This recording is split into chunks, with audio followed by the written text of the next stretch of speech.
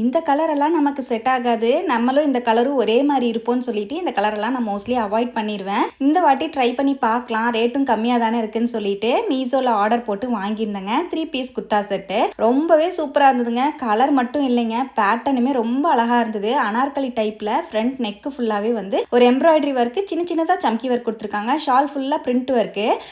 Shawl மட்டும் நீங்கள் வந்து கையில் வாஷ் பண்ணிக்கிறது நல்லது, ஏன்னா அந்த பிரிண்ட் வந்து லைட்டாக நம்ம சொரன்னாலே வெளியே வருது. ஆனால் ட்ரெஸ்ஸை போட்டோன்னு செம்ம கிராண்டாக இருந்ததுங்க, செம்ம மாசாக இருந்தது.